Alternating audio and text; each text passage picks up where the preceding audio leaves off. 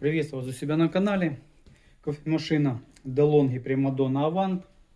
Модель ESAM 6700. Вот, точно такие же Аванты Primadonna есть 6704. Но еще низкая модификация. Они внешне абсолютно одинаковые. Но может быть, допустим, здесь металл такой матовый, полировка. Да, и есть аппараты с нержавейки глянцевая. Есть немножко внутренние, скажем так, небольшие отличия. Скажем, однобойлерный аппарат, это двухбойлерный. Но они имеют разную кодировку. Но в принципе они все одинаковые, работают практически все абсолютно одинаково. Давайте остановимся по этому аппарату. Сам этот обзор будет без особо технических характеристик. Все аппараты ESAM, они все абсолютно одинаковые. Примерно одинаковый объем воды в контейнере, плюс-минус 1,8 литра. Примерно одинаковое количество зерен идет, плюс-минус 250-300 грамм.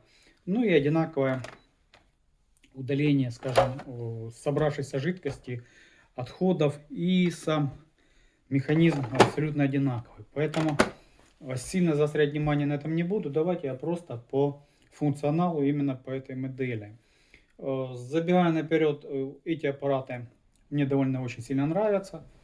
Выглядят они, скажем так, шикарно. Может это как все на блестящее мы все тянемся, да. Кто-то в машину хрум себе лепит, кто-то кофеварку себе выбирает.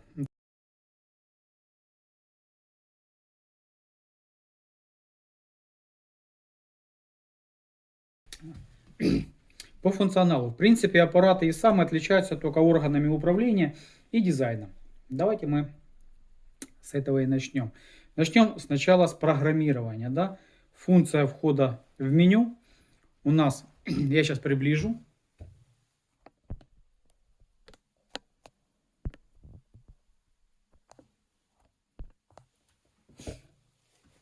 Итак, изначально, когда мы заходим в меню, у нас выдают удаление накипи. Когда аппарат посчитает количество пройденных порций, он выдаст вам надпись «Удалить выполнить удаление накипи». Гномы не сидят, датчики не стоят, что внутри происходит, он не знает. Аппарат ориентируется от жесткости воды, которую вы выставите здесь же в меню. Если у вас стоит высокая жесткость воды, он у вас будет чаще просить чистку. Если у вас стоит минимальная жесткость воды, естественно, он будет просить реже чистку. Поэтому, если вы заливаете очищенную воду, специально приобретаете воду для кофеварок, не минеральную, а просто очищенную для приготовления чая, грубо говоря, да, то не обязательно ставить сильно жесткую воду. Достаточно ставить минимальную и периодически просто проводить саму очистку. Следующим этапом у нас идет выбрать язык. Мы нажимаем на ОК и выбираем, какой нам нужен. Перелистывая вот эти стрелочки. Останавливаемся на этом, пока нам достаточно. Следующее у нас экономия энергии.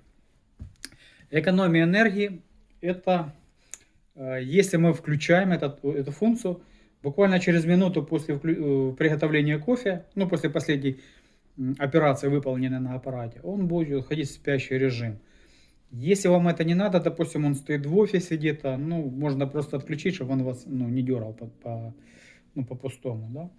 Дальше установить время. Если вам надо установить время, вы выбираете себе определенное время, выставляете. Для чего это надо? Аппарат, есть такой функционал включения-выключения. Поэтому вы выставляете время, и он может сам включаться в заданном режиме. Вот у нас автомат включения. Сейчас это выключено, но вы можете выставить себе время, в которое он будет сам включаться. Функция, как по мне, это немножко излишняя, бестолковая, потому что оставляя аппарат без присмотра, либо ложитесь спать, либо уходите с работы, всегда выключаете его с розетки. Почему? Потому что, не дай бог, какой-то скачок напряжения, он у вас просто, плата сгорит, вы даже знать не будете. Придете, он уже мертвый стоит. Поэтому лучше выключить и спать спокойно. Пришли, включили, попили кофе. Дальше автомат выключения. Это уже интересная функция. Вы заходите, вот у вас стоит 3 часа. Другими словами, 3 часа, если вы им не пользуетесь, ничего не делаете, он сам автоматически отключается. Насколько это нужно? Ну, в любом случае, опять же повторяюсь, даже если он выключился сам, уходя, либо оставляя его без присмотра, выключайте его с розетки, либо сзади у вас есть кнопка отключения, вы просто обрываете цепь для того, чтобы он не сгорел. У вас силовая плата остается под напряжением, логическая, да, плата управления остается под напряжением, ее аппарат стоит в режиме ожидания. Чтобы ничего с ним не случилось за время вашего отсутствия, просто обестачивайте его. Это мой вам совет. Вот стрелочками мы выставляем 15 минут, 30 минут, 1 час, 2 часа, 3 часа. Все, подтверждаем. С этим понятно, да? Переключаем дальше. Задайте температуру. Мы заходим и выбираем температуру, какая нас интересует. От минимальной до максимальной. Это уже вы под себя подстраиваете, как вам, смотря каким кофе вы пользуетесь и смотря как он выварит. Опять же, каждый аппарат немножко может, температура может плавать, скажем так, это от износа, от разных параметров, скажем так. Поэтому подстраивайте под себя и не ошибетесь. Выставляем жесткость воды. Я выставил минимальную жесткость воды. Необходимости нету. Контейнер чистый. Отложений никаких нету. Значит, вода используется хорошая. Я выставил минимум. Этого будет достаточно. Перелистываем дальше. Фильтр для воды. Сейчас выставлено снят фильтр, отсутствует. Насколько он необходим, я не готов сказать. Потому что это фильтр-смягчитель идет. Если вы специально приобретаете воду для приготовления кофе, возможно, вам даже нету смысла тратиться на фильтра. Опять же, фильтр конструктивно стоит уже на выходе из канистры с водой на шланге. Стоит фильтр. Я сейчас прикручу, вы его увидите.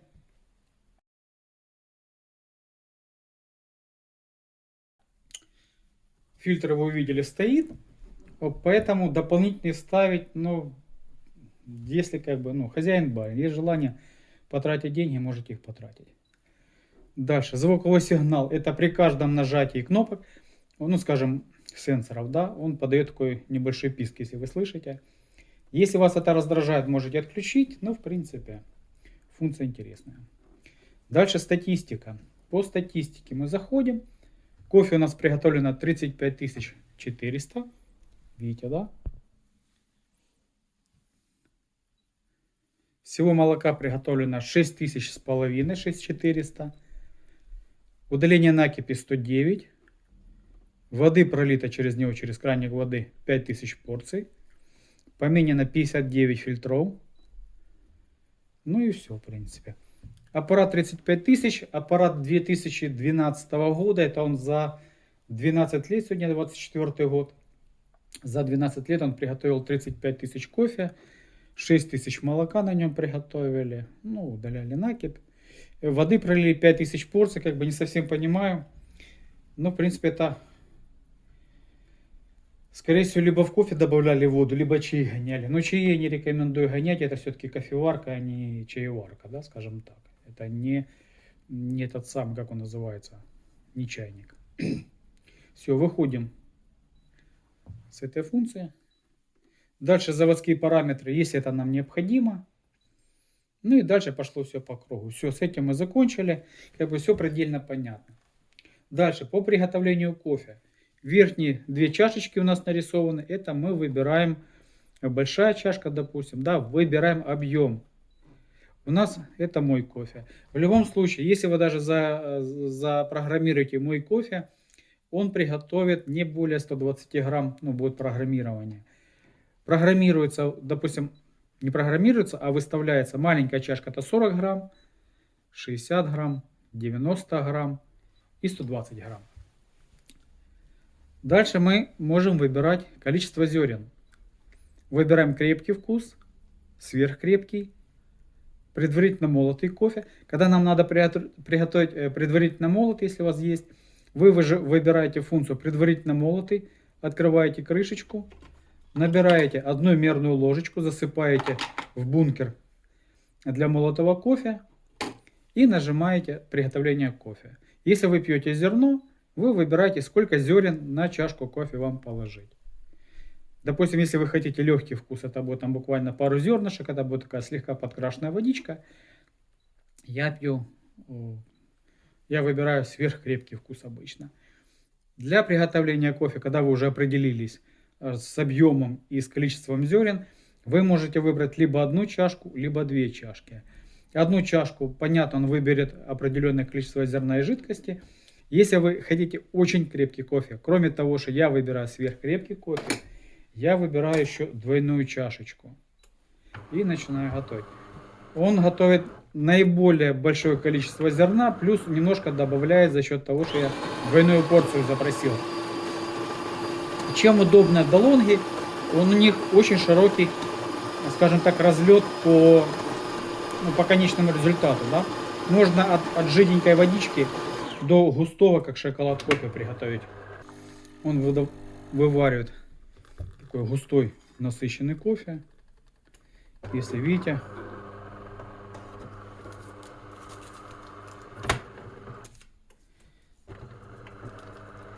Ну, фактически сахарок, когда насыпаешь, он держится на самом креме. И когда намокает, тонет. Далее мы перейдем, давайте, к этой функции. Когда мы заходим, он нам предлагает либо включить споласкивание, но это просто промывка будет. Он промоется, заварочный узел, но опять же, мы его включили, он промылся. Когда мы его будем выключать, он опять промоется. Ну, как бы особой необходимости в этой функции нету. Мы еще раз нажимаем, если нам нужна горячая вода. Вот мы нажали, у нас стрелочка опустилась на горячая вода. И мы подтверждаем, что мы хотели горячей воды.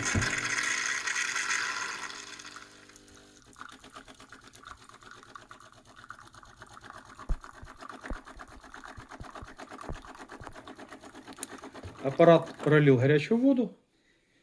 Опять же, можно ее программировать, но это не чайник, как бы я не вижу смысла. Просто вот для чего? Либо прогреть чашку можно, либо просто добавить немножко горячей водички, когда вы приготовили кофе, но вам показалось этого мало, а вы не хотите всю воду проливать через кофе. Чем больше воды проливается через кофе, тем больше он выполаскивает кофеина. Тем более он крепкий, как бы, ну, больше нагрузка, скажем так, на здоровье. Правильно пить кофе первых 45 грамм, 40 грамм. Вот. Если вы решили вот такую большую чашку, просто добавить кипяточкой, будет довольно-таки очень хорошо. Следующее у нас приготовление молока.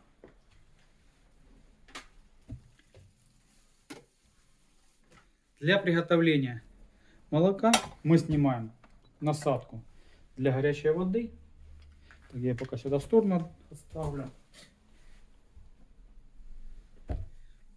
Берем молочник. Он у нас прокручивается. Набираем молоко, провернули и подключили. Подключили к аппарату. Повернули саму вот эту трубку выдачи. Если нам надо просто молоко, мы нажимаем на молоко, и он его просто обдаст паром и вспенит немножко. Вот этот регулятор у нас регулирует степень самого вспенивания, скажем так. Да? Когда мы задвигаем больше, у нас больше как молоко просто подогревает. Когда мы выдвигаем, он его сильнее вспенивает. И можем остановить как бы в любой момент. Для чего? Просто хочется горячего молока, ну подогретого. Он его не кипятит, а паром, скажем так, молоко кипяченое имеет немножко горечь. Когда он обдается паром, оно даже немножко сладковатое, я сказал бы, да? Ну это детям можно как бы вот горяченького молока, либо для себя любимого. Все. Дальше мы после каждого приготовления молока он запрашивает промывку. Промыть именно сам молочник немножко. Мы когда выпили молоко, либо у нас есть какая-то коробочка, ну емкость, мы просто нажимаем на вот эту кнопку и проливаем. Мы просто водой промыли саму насадку, чтобы молоко у нас там не засыхало.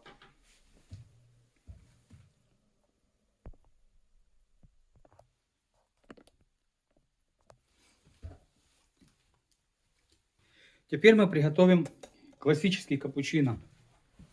Для приготовления капучино мы выбираем сначала кофе, либо одинарный, либо двойной, это уже как нам больше нравится. Готовим кофе. И после этого приготовим молоко отдельно.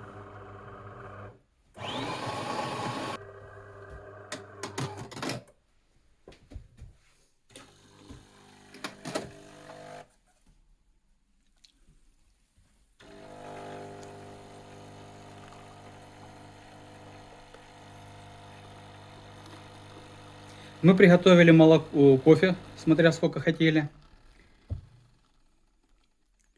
Кто-то больше, кто-то меньше, это вы уже смотрите по себе.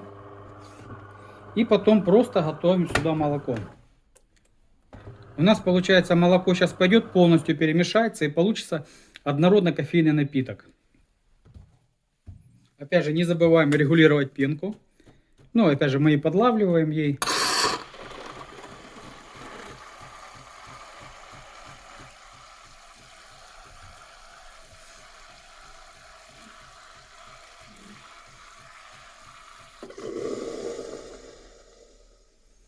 Получили вот такой вот напиток.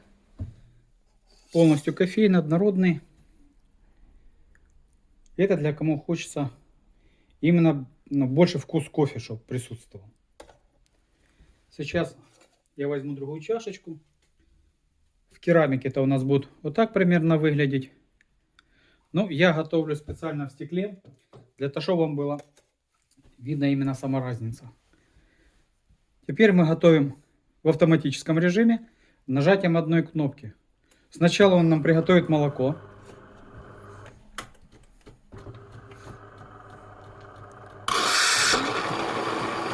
И начинает намалывать кофе.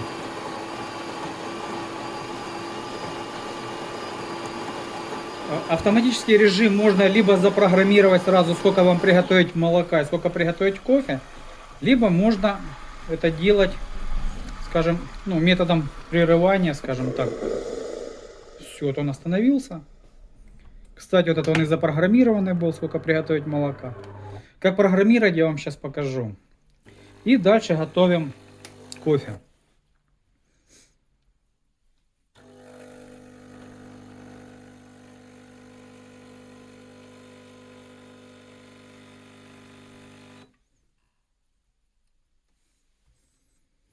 Пенку можно было не сильно такую делать, этот самый пушистую. Молока можно было набрать больше или меньше. И у вас получится... Но это вы уже под себя настроите. Если вы хотите, чтобы у вас вообще был красивый такой напиток с прослойкой, вы можете добавить кофе. Просто увеличить его концентрацию. Мы выбираем сверхкрепкий вкус и нажимаем на двойную. И он сейчас нам выдавит. Так, еще есть зерно.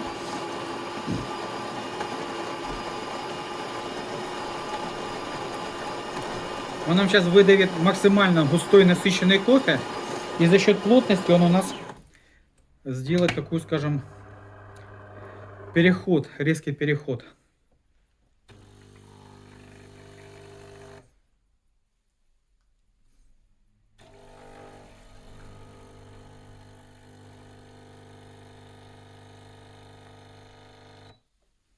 Ну, в этом случае главное не переборщить, чтобы у вас через верх не пошло.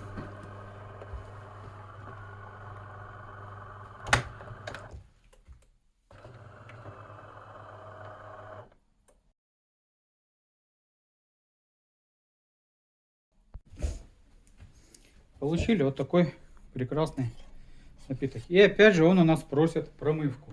Это будет просить после каждой порции молока. Но если вам надо 3, 4, 5 приготовить, вы готовите, а уже потом можете просто нажать на клин и промыть его.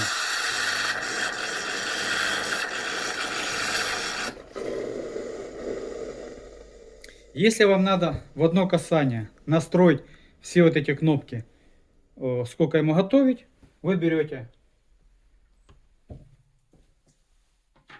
допустим, свою чашку, нажимаете и удерживаете.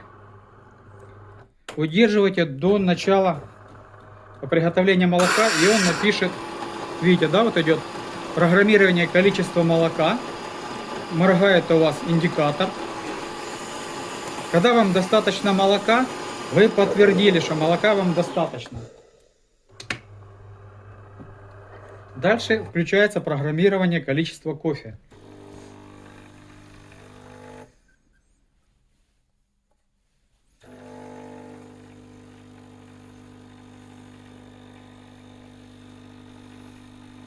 Кофе когда достаточно, вы нажали и остановили его.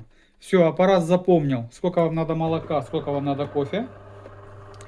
Но есть нюанс. В зависимости от того, как вы будете выставлять уровень подачи пены, он немножко будет разный объем выдавать, скажем так. Поэтому как бы будьте готовы на всякий случай. Если вы видите, что многовато набирает, просто еще раз нажать, он остановится по молоку, потом, когда надо, остановится по кофе. Все, опять же просит промывку, но это мы сейчас сделаем. По промывке молочной системы. То, что мы сейчас выполняем, просто пролить горячей водой, нажав кнопку. Это рекомендуемое после каждого приготовления молока. В конце дня, если вы редко используете молоко, либо, сегодня не пользовались, тогда вообще не заморачиваемся. Если вы редко используете молоко в домашних условиях, хотя бы раз в неделю надо промыть молочную систему чистящим средством.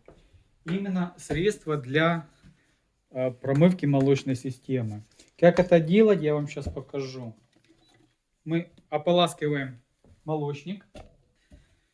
Сполоснули молочник, набрали в него чистую воду. Берем средство для очистки молочной системы. Набираем один мерный колпачок. Добавляем.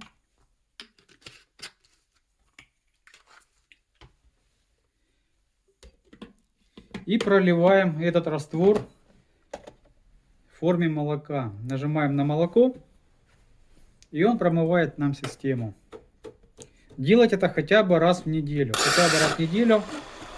Если вы много используете молока, допустим, в офисе, либо у вас какая-то небольшая торговая точка, делайте это тогда каждый вечер. Кстати, вот вспенил молоко, да, вот до сих пор красиво держится все. И все, потом выгнали полностью раствор. Если надо за 2 раза, значит за 2 раза. И потом споласкиваем молочник. Снимаем трубочку, споласкиваем. Смотрим, чтобы было чистенько здесь. Снимаем вот этот носик выдачи. Тоже споласкиваем под ним. И оттягиваем сам регулятор пены. Споласкиваем, при необходимости смазываем колечко. Смотрим, чтобы у нас там все было чистенько. И потом собираем это все в обратном порядке.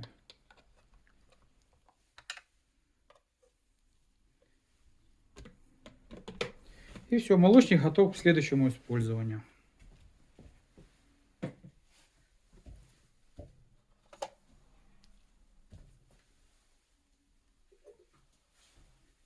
Так, это я сейчас уберу, чтобы не мешало.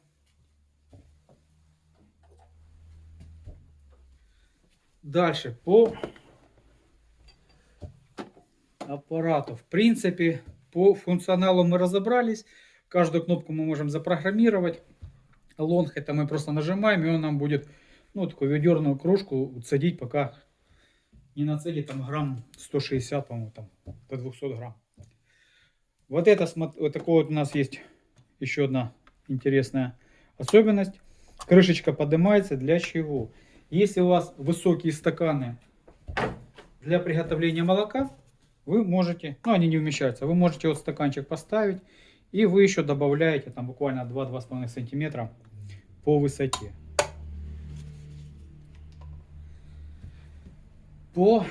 Скажем, может быть какие-то минусы по аппаратам. Если вы берете новый аппарат с торговой сети, в принципе проблем вообще никаких. Единственное, может быть, у этих аппаратов на крышках для зерна очень тонкие крепления. Буквально там, очень тоненькие, да. Есть такая вероятность, что вы их сломаете. В принципе, многие так и делают, да. Вы просто его открываете, о чем-то забыли, задумали, нажали, выломали. Если выломали сами крепления на этой крышке, не беда.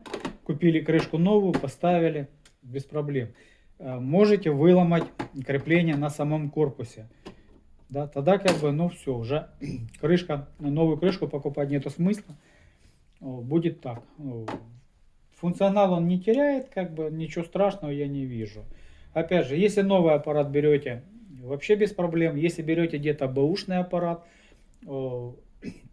на какой-то распродаже, либо кто-то вам предлагает, обязательно включайте весь функционал. Включаете менюшку, перелистываете, ищите, где у вас, допустим, этот самый 3 ряда есть. Сейчас, ну давайте мы поищем температуру, допустим. Да, вот еще 3-й ряд у нас добавился. Смотрите обязательно, чтобы у вас не было пропусков букв, либо каких-то полосок. Почему? Конкретно у этих аппаратов по монитору. Давайте я сейчас покажу, как устроен монитор этих аппаратов. Вот лицевая панель точно такого же аппарата. Здесь у нас такой на клеенке у нас идет сенсорные кнопки. И вот такая плата с монитором. Это одна единая деталь. Если у вас пошли пропуски по монитору, вот, тогда как бы, ну, немножко это проблема. Новый вот такой плата с монитором стоит примерно 160 евро, где-то плюс-минус. Если придется менять, будет, скажем так, ну, немножко кусаться. В общем так, если у вас на вторичке вы берете, и у вас никаких пропусков букв нету, тогда можно вообще не запариваться, брать смело. Если у вас какие-то пропуски или полоски пошли, ну тогда будьте очень аккуратны. Я бы не рекомендовал такой аппарат приобретать. Только с полностью исправным монитором. Во всем остальном, как бы, это шикарный аппарат. Дома будет смотреться довольно стильно. Кофе будет готовить очень вкусно. Поэтому вам решать дальше. Все, я на этом заканчиваю. Как бы по нему больше рассказывать особо нечего. Удачи вам, до свидания. Не забывайте подписываться.